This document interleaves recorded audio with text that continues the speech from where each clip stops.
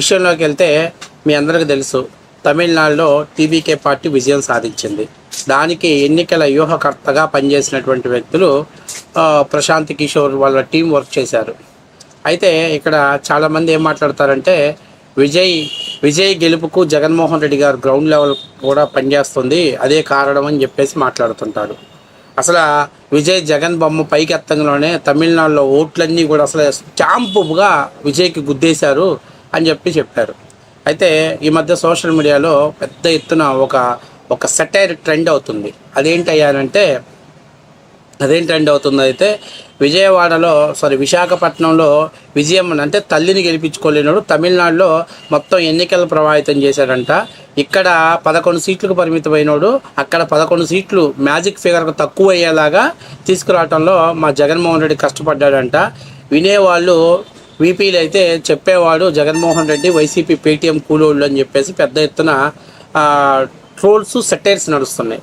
సరే, ఈ పరంపరలో తాజాగా 2019లో జగన్మోహన్ రెడ్డి గారికి ఎన్నికల వ్యూహకర్తగా పనిచేసినటువంటి ప్రశాంత్ కిషోర్, ఐపాక్ టీమ్ అయినటువంటి ప్రశాంత్ కిషోర్ గారు ఇప్పుడు మీడియా అంటే రవికుమార్ తోటి, మీ అందరూ తెలిసి TV9 రవికుమార్ ఉన్నాడు కదా, రవికుమార్కి ఒక ఇంటర్వ్యూ ఇచ్చేటప్పుడు పాపం జగన్మోహన్ రెడ్డి గారి మంచి లక్షణాలు, జగన్మోహన్ రెడ్డి గారి యొక్క తత్వము, జగన్మోహన్ రెడ్డి గారి యొక్క ఆలోచన, జగన్మోహన్ రెడ్డి యొక్క మైండ్ సెట్ ఎలా ఉంటుందో పాపం మనోడు చెప్తున్నాడు. కొంచెం పేటీఎం కూలోళ్ళు గుండె నిబ్బరం చేసుకొని రేపటి నుంచి మీరు ప్రశాంత్ కిషోర్ మీద పోస్టులు పెడతా ఉన్నారనుకోండి, ఆ కోడికత్తి డ్రామా గురించి, ఆ గొడ్డల పార్టీ గురించి మొత్తం అన్ని డీటెయిల్స్ కూడా రేపు పోసగుచ్చినట్టు బయట చెప్పే ప్రమాదం ఉంటుంది. కాబట్టి నేను చెప్పేదంటే, ఒరే అన్నాని హీరోని చేయాలని చెప్పి పోయి ఆ ప్రశాంత్ కిషోర్ని గెలుపుకున్నారు. అతనికి దేశవ్యాప్తంగా సోషల్ మీడియా టీమ్స్ ఉన్నాయి, అవన్నీ మీ మీద ఫోకస్ చేశారనుకో, అసలే అన్నకు మైలేజ్ డ్యామేజ్ అయ్యి బొక్కలు పడి ఏడుస్తున్నాడు. ఇక ఆయనతో పెట్టుకుంటే ఏకంగా ఇక లండన్ షిఫ్ట్ అయిపోవాల్సిన పరిస్థితి ఉంటుంది. సరే, ఒకసారి మన పేటీఎం కూలోళ్ళ కోసం ఆయన ఏం మాట్లాడాడో ఒకసారి వీడియోని రివైజ్ చేద్దాం. ఆయన హిందీలో మాట్లాడాడు కాబట్టి మా బత్తాయి గాళ్ళకి అర్థం కాదు కాబట్టి కూలోళ్ళకి మళ్ళీ నేను తెలుగులో ట్రాన్స్లేషన్ చేసుకొని చెప్తాను. వీడియో చూసే ముందు ఫస్ట్ టైం మీరు కానీ వీడియో చూస్తే సబ్స్క్రైబ్ చేస్తారని నేను మనస్ఫూర్తిగా కోరుకుంటున్నా. సరే, ఒకసారి వీడియోలోకి వెళ్దాం. చూడండి.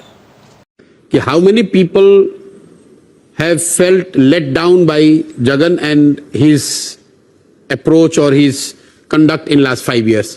यही शर्मिला रेड्डी हैं जो 2019 में जगन मोहन रेड्डी YSRCP के लिए रात दिन मेहनत करके उनके लिए प्रचार किया था. अब जिनके अपने माँ अपनी बहन उनके खिलाफ खड़े हैं, मैं और दूसरे लोग क्या उस पर टीका टिप्पणी करेंगे. बता दे रहा हूं, जिनकी दशा होगी पुनर्मुसिको भवः, जहां से 2019 में इनको शुरू किया था वहीं पे आ जाएंगे.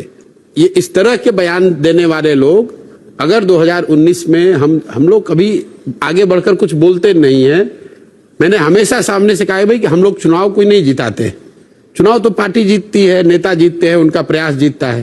लेकिन 2019 में जिसने मदद करके आपको वहां पहुंचाया या आपके पहुंचाने में मदद की, कंधा लगाया, आप उसको गाली दे रहे हो, तो ये आपका कैरेक्टर दिखाता है. 5 बरस किसी की मदद से अगर कहीं पहुंच गए हैं तो एटलीस्ट बी ग्रेटफुल. गीता में एक बात कही गई है, there is no greater sin than being ungrateful. कृतज्ञता से बढ़कर कोई बड़ा अपराध है नहीं.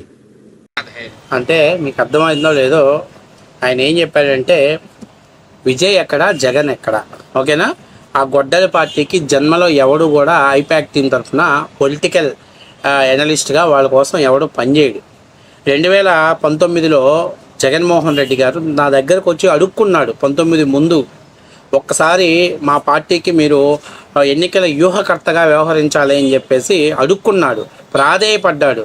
మీరు వచ్చి మమ్మల్ని మా గెలుపులో కీలక పాత్ర పోషించాలి అని చెప్తే పార్టీ ఐపాక్లో మొత్తం ఐపాక్ టీం అంతా కూడా జగన్మోహన్ రెడ్డి గారి కోసం పనిచేయడం జరిగింది. అయితే అధికారంలోకి వచ్చిన తర్వాత మా ఐపాక్ టీంలోని చీలికలు తెచ్చేసి ప్రశాంత్ కిషోర్ ఎవరైతే అతని గెలుపు కోసం వ్యూహకర్తలు చేశాడో ఆ ప్రశాంత్ కిషోర్నే అక్కడి నుంచి బయటికి పంపించడంలో Jaganmohan Reddy dirty mind set వాడాడు అని చెప్పాడు. ఇది కూడా కాకుండా ఇంకొక పాయింట్ ఏం చెప్పాడంటే, పాపం ఆయన చెల్లెలు షర్మిలారెడ్డి పాపం ఆయన కోసం రాత్రులు కూడా పాదయాత్ర చేసింది. రాత్రులు కూడా ఒక మహిళ అని మొన్నటి షర్మిలా గారు కూడా చెప్తున్నారు, మా అన్నయ్య ఏది కావాలంటే అది నేను చేసి పెట్టాను, ఎక్కడికి పాదయాత్ర కావాలంటే అక్కడికి నడిచి వెళ్ళాను, ఇది చెయ్యమ్మా అంటే ప్రతి పని నేను చేసి పెట్టాను. కానీ ఈరోజు జగన్మోహన్ రెడ్డి గారి ఎన్నికల అవసరాలు తీరిపోయిన తర్వాత నన్ను పార్టీ నుంచి అలాగే మెడబెట్టి బయటికి గెంటేయడంతో పాటు తన మేనల్లుడికి మేనగోడలకు ఇవ్వాల్సినటువంటి ఆస్తులు కూడా లాక్కున్నటువంటి దుర్మార్గుడు జగన్మోహన్ రెడ్డి అని చెప్పాడు. అదే మాట ప్రశాంత్ కిషోర్ కూడా చెప్తున్నాడు. ప్రశాంత్ కిషోర్ ఏం చెప్తున్నాడంటే, రాత్రిపూట కూడా జగన్మోహన్ రెడ్డి గారి కోసం అన్న ఆదేశించాడని పాదయాత్రలు చేసింది అలాంటి చెల్లిని, అట్లాగే అన్నీ తానే, ఆయన సర్వస్వం తానే బిడ్డల కోసం అని చెప్పి ఆయన వెనకాల నడిచినటువంటి ఆయన తల్లి విజయమ్మని ఇద్దరిని కూడా పార్టీ నుంచి, ఇంటి నుంచి మెడబట్టి బయటికి గెంటేసినటువంటి దుర్మార్గుడు.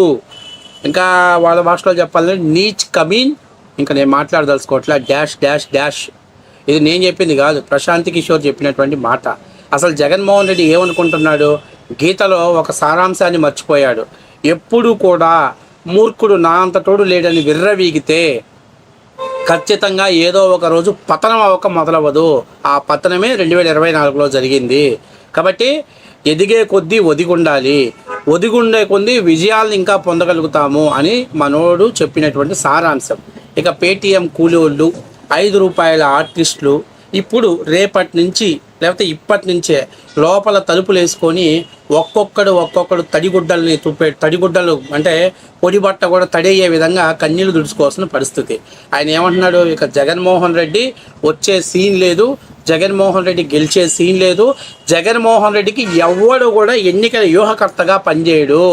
ఎందుకంటే Jaganmohan Reddy use and throw, వాడుకొని వదిలేయటంలో జగన్మోహన్ రెడ్డిని మించినోడు లేరు అని పోసగుచ్చినట్టు మన జగన్మోహన్ రెడ్డికి ఉన్నటువంటి అద్భుతమైనటువంటి లక్షణాలు, జగన్మోహన్ రెడ్డికి ఉన్నటువంటి అలవాట్లు అన్నిటినీ కూడా తూచా తప్పకుండా ఆయన ఎక్స్ప్లెయిన్ చేయడం జరిగింది.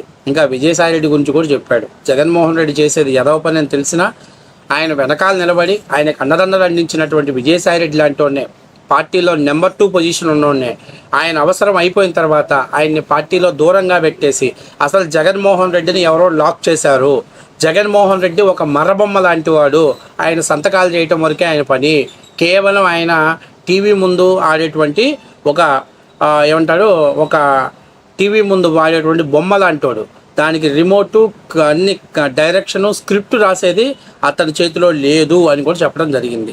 ఇక వైఎస్ఆర్సీపీ పేటీఎం కూలోళ్ళు, ముఖ్యంగా మా సాక్షి లాంటోడు, వీళ్ళందరూ రేపటి నుంచి పాపం ప్రశాంత్ కిషోర్ మీద 2019 ముందు ప్రశాంత్ కిషోర్ది ఏముంది, ఆయన ఏం పీకాడు, 10 పాయింట్లు అంటూ ఈ 0.5 గాడి పాయింట్లు లాగుతాడు రేపటి నుంచి.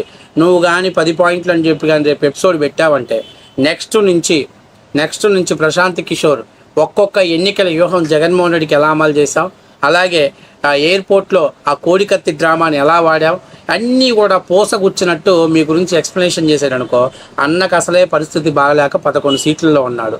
మూలిగే నక్క మీద తాటికాయ కాదు గ్రనైట్ రాయబడిన పరిస్థితి అయిపోయింది. అప్పుడు ఇక వైఎస్ఆర్సీపీ పార్టీని 60 అడుగుల గోతి తీసి అందులో గప్పి పెట్టాల్సిన పరిస్థితి ఏర్పడింది.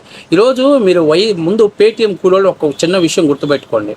షర్మిల మీద సోషల్ మీడియాలో పోస్టులు పెడితే అది మీ పొలిటికల్ డ్యామేజ్ అయిద్దని తెలియని ఇంగిత జ్ఞానం లేని వెధవలు మీకు. ఎవరైనా తోడబుట్టిన చెల్లెల మీద పోస్టులు పెడతారా, ఎవరైనా పనికిమాలినోడా?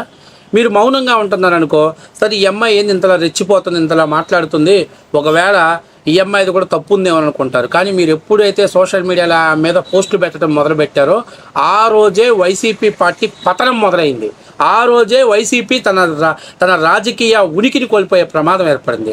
ఎవరైనా తోడబుట్టిన ఆంధ్రప్రదేశ్ తెలుగు రాష్ట్రాలలో, ముఖ్యంగా దక్షిణాది రాష్ట్రాలలో, అందులో తెలుగు రాష్ట్రాలలో చెల్లెల సెంటిమెంట్ చాలా స్ట్రాంగ్గా ఉంటుంది. ఇంకో రాష్ట్రంలో అదే పరిస్థితి. సరే, వాళ్ళ గురించి మనం మాట్లాడాల్సిన పరిస్థితి లేదు. అట్లాంటి చెల్లెల సెంటిమెంట్ స్ట్రాంగ్గా ఉంటుంది. ఆడపిల్ల ఇంట్లో ఏడిస్తే అశుభం అని చెప్పి భావిస్తుంటారు.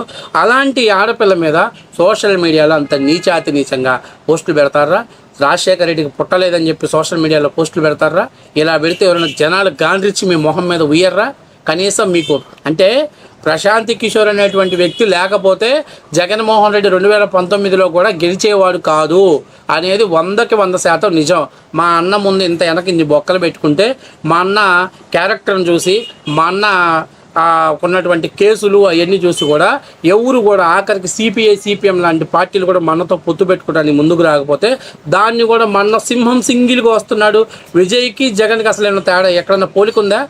విజయ్కి జగన్కి పోలిక పెట్టడం నక్కకి నాగలోకానికి అంత తేడా ఉంది. కాబట్టి మీరు తెలుసుకోవాల్సింది ఏంటంటే అర్ధరహితమైనటువంటి ఆవేశాలు తగ్గించుకొని మీ అన్నకు సాధ్యమైతే సలహాలు ఇవ్వండి. అన్న ఇలా కాదన్నా, మనం మార్చుకోవాలన్నా, అవసరమైతే మందుల డోస్ పెంచుకొనైనా మనల్ని కొన్ని చేంజెస్ చేసుకోకపోతే మనం పొలిటికల్గా సర్వే అవ్వలేమని చెప్పి కొంచెం సలహాలు ఇవ్వండిరా. అంతేగాని పిచ్చినా కొడుకుల్లాగా ఎవడో ఏదన్నాడని వాళ్ళ వ్యక్తిగత హరణానికి పాల్పడుతూ సోషల్ మీడియాలో పోస్టులు పెడితే చివరికి మీరు ఇదిగో ఇలాగే అపాస్య పాలవుతారు. మీకంటూ ఎవడు ఎన్నికల వ్యూహకర్తగా ఎవడు పనిచేయడం అనేది వాస్తవ విషయం.